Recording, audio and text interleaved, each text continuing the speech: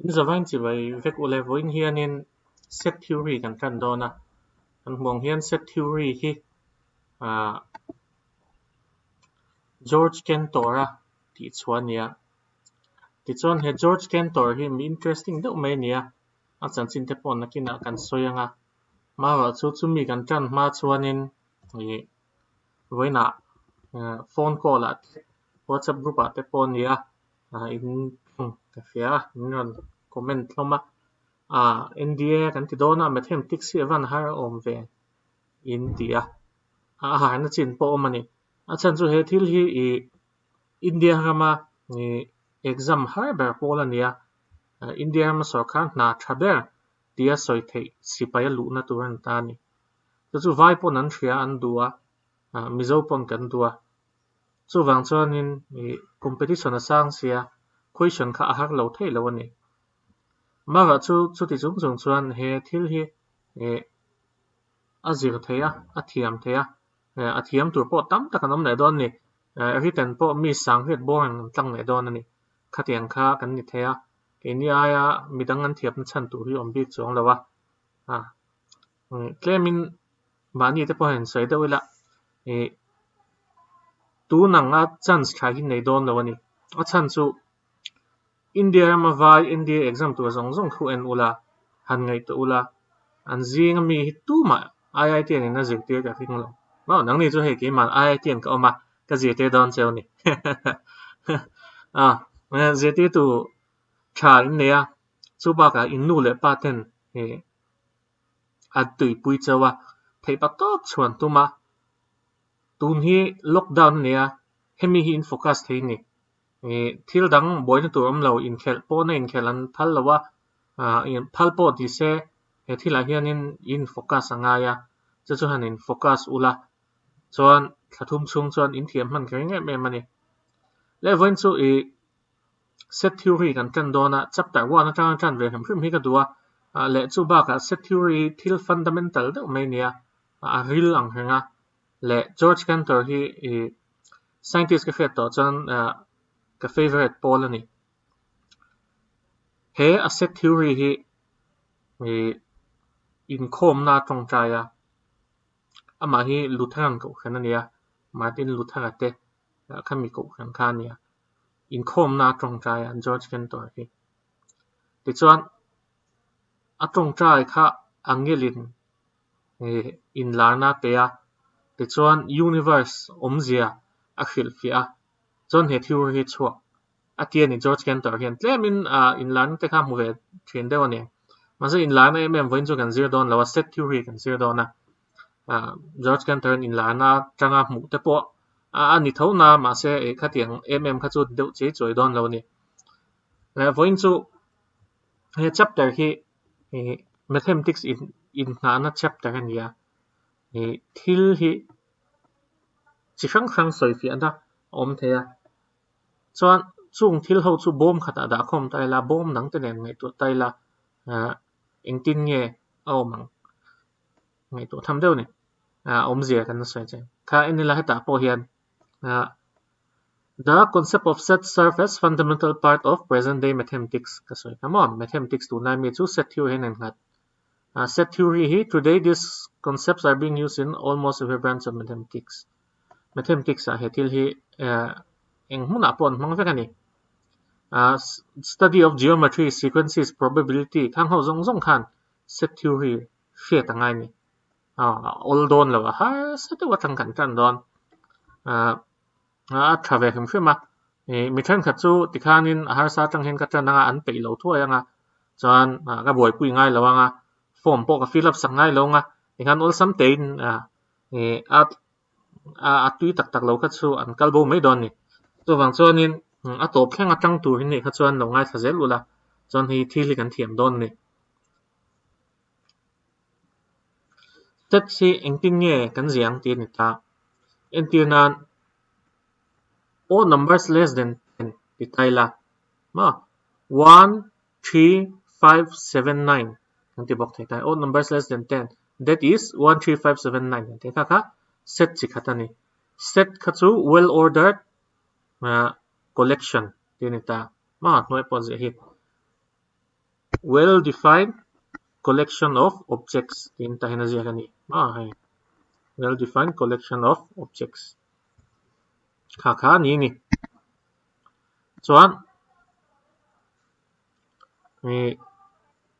asoi dan dang le chu set pakhat dan chu the rivers of India tila India river zong kha ni ma set ta ni mo aming te han that is Brahmaputra Tong Ganga ti ve hangai to lawa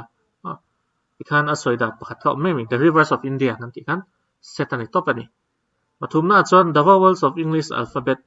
namely A E I O U number 1 na soing de ule khani number 4 various kinds of triangles triangle chi khang ta ni soi dan dang ma the nai triangles se top po se adik tho ma rivers of India ni china ti to pang khan various rivers of India kan ti thai ni ma se asoi dan kha ta hen asoi dan dang de ule ka ti te ni number 5 prime factors of 210 tia chuan solution of equation po tia ma kha chi khang khan set soi dan kha omani ti chuan set zong hi well defined collection of objects an ta ni a chan chu Nile river hi river ni ma se collection of rivers of India tel don lawa ma river Ganga kha atel ve thung dona ti chuan set ni lo hi kan soi ve hrim nga antenna voina kamut ti te kamuta khanin engenge omdon a hriat lo ni ma thil well ordered lo ni ma well defined collection of objects ma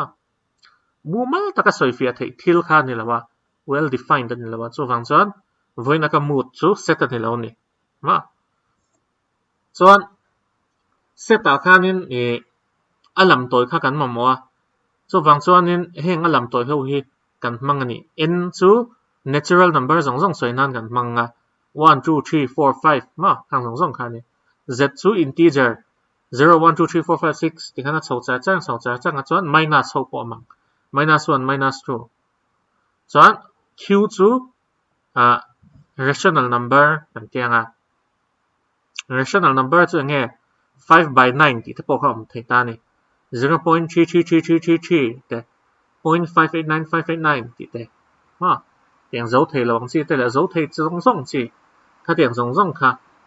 q a khian tel ni are set of real numbers rational number kan soi to real number chu rational number pi lama kan entianan root 3 ti te ha root 3 ta chu 1.732 tianga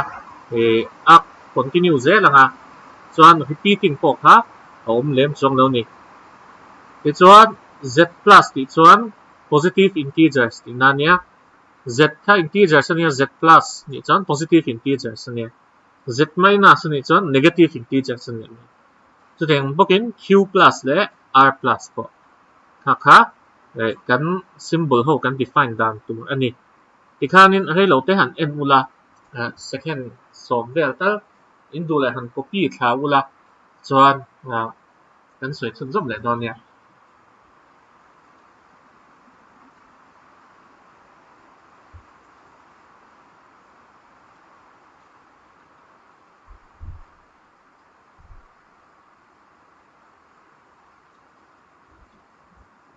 copy time in set thiam le chuan set ni lo thil dang han ron soi ve ta chen ni collection of 5 most renowned mathematicians la ber panga a chiang lo ni hi tunge alar engin nge kan define nang ma alar khat kan threwe ka me mathematician la ma ti mai ka telem nang mani jon min threwe ka mathematician dang zu ken tor chen thre mai thea ni china ka soya mathematician dang in fem nge ti khan ke ma kha most renowned mathematician kan ni ta mem ani mai lo ni tera chu wang chuanin milar ber panga tiang chi vel kha chu well ordered set ani thei lo ni ti chuan kha set hi chingin asoi azia thea apna sabera chuan roster form ti nia pahnih na chuan set builder form ti ni bawk le ni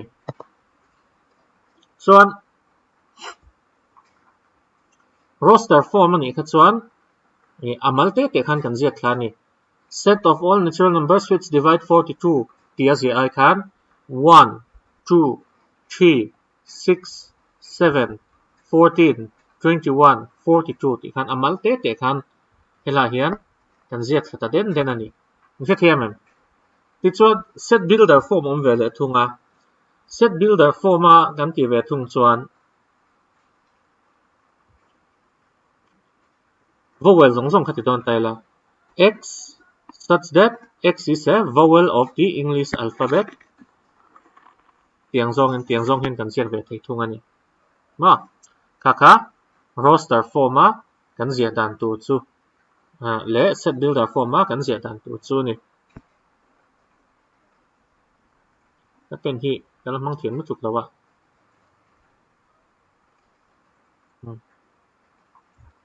chuan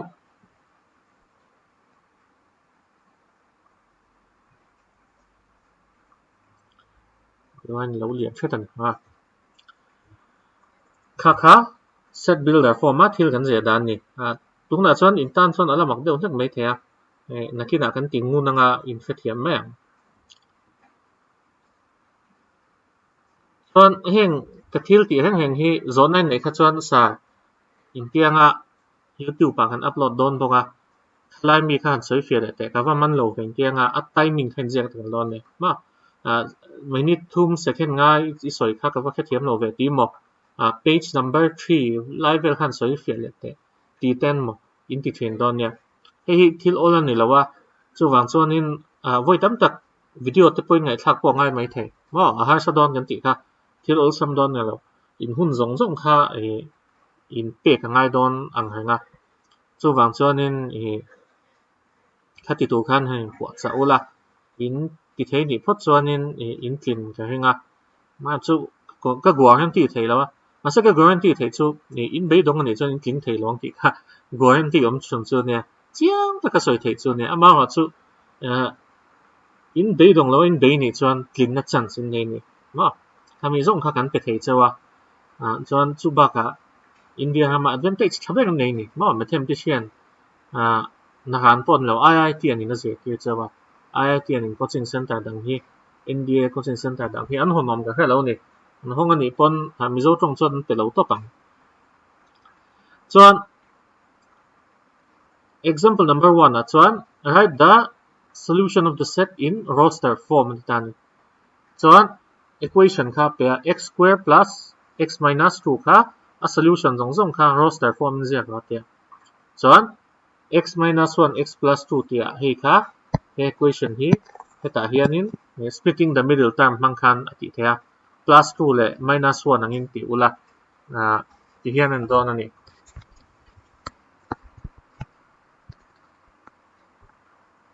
sira hian zia thei lo ngati ne x square plus 2x minus x minus 2 equal to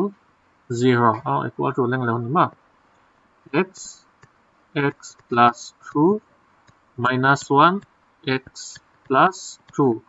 equal to 0 x minus 1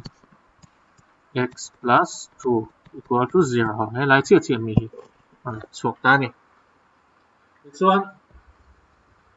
hey either kan tianga x minus 1 equal to 0 kan ti lenga so class na po in ti to me the in lo either x minus 1 equal to 0 implies x equal to 1 or x plus 2 equal to 0 x equal to minus 2 kal te ni kal te dan chu nia chuan kha tianga kal kha chuan plus 1 le minus 2 kha solution chun ta set builder roster form kan zia non chuan x equal to khan hemi set hi hey curly bracket hi om here hi kha tiang zong khang zia chen tu ni set hang chong curly bracket ta ni chunga omang chuan Example number 2, write the set x is a positive integer and x squared less than 40 in roster form. Yani roster form niya.